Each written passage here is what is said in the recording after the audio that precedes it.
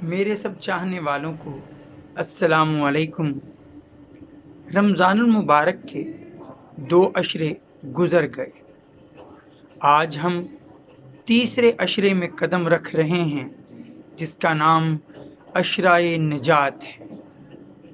کہنے کو یہ 20ویں روزے کے بعد 29ویں روزے یا 30ویں روزے تک 9 یا 10 دن ہیں، لیکن کیا واقعی یہ صرف 10 دن ہیں؟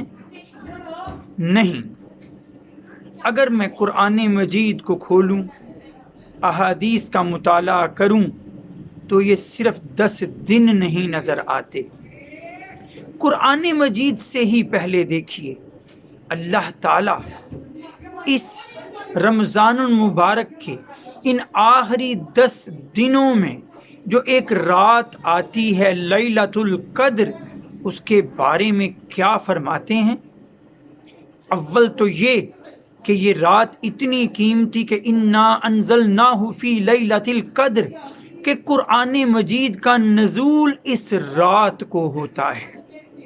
پھر یہ رات اپنے اندر سلامتی کا پیغام بھی لیے ہوئے کہ تنزل الملائکۃ والروح فیہا باذن ربہم من کل امر سلام، کہ اس رات فرشتوں کا نزول ہوتا ہے انسانوں کے لیے ان کے رب کی طرف سے ہر سلامتی کا پیغام لیے ہوئے۔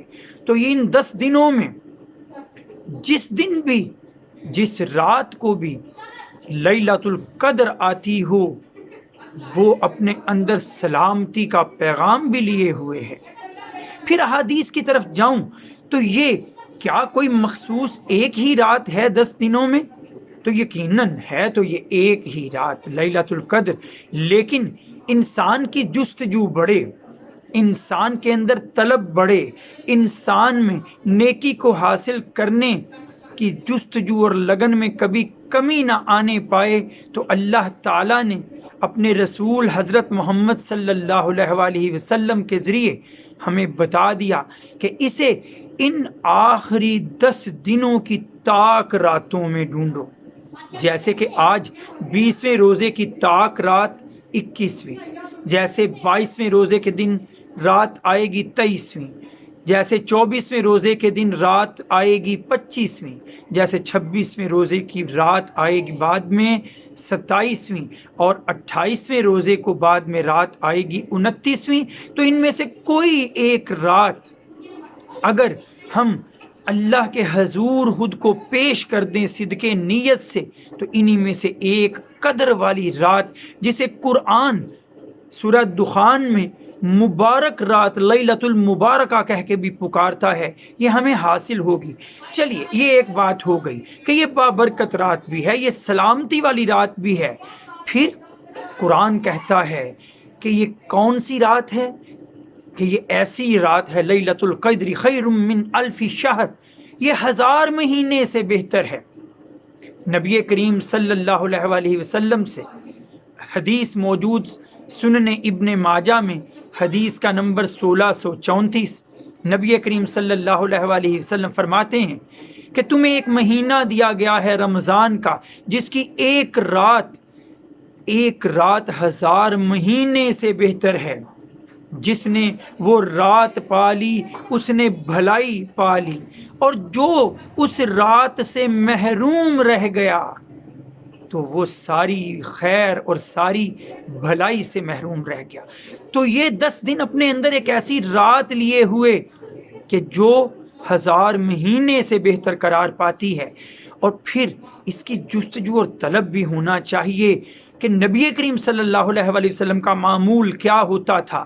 صحیح بخاری میں حدیث 1885 1884، ان احادیث میں صحیح مسلم کی حدیث نمبر 2008 2009 میں نبی کریم صلی اللہ علیہ وآلہ وسلم کا فرمان عظیم موجود ہے، آپ کا عمل موجود ہے۔ حضرت عائشہ رضی اللہ تعالی عنہا فرماتی ہیں کہ جب آخری 10 دن آتے رمضان کے تو نبی کریم صلی اللہ علیہ وآلہ وسلم کمر کس لیا کرتے، عبادت میں مشغول ہو جایا کرتے، اور ہمیں بھی جگاتے، ہمیں بھی اٹھاتے۔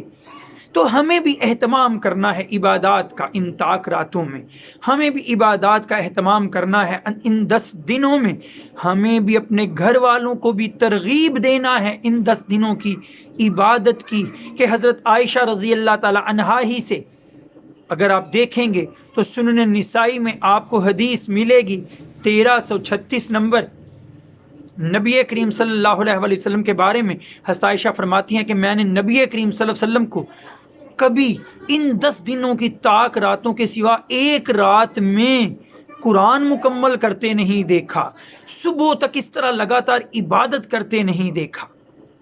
تو عبادت کا اہتمام کیجئے، قرآن کا اہتمام کیجئے، نوافل پڑھیے، دعائیں مانگتے رہیے، اور اس طاق رات میں رحمتیں برکتیں سمیٹتے رہیے۔ وآخر دعوانا ان الحمد للہ رب العالمین۔ السلام علیکم۔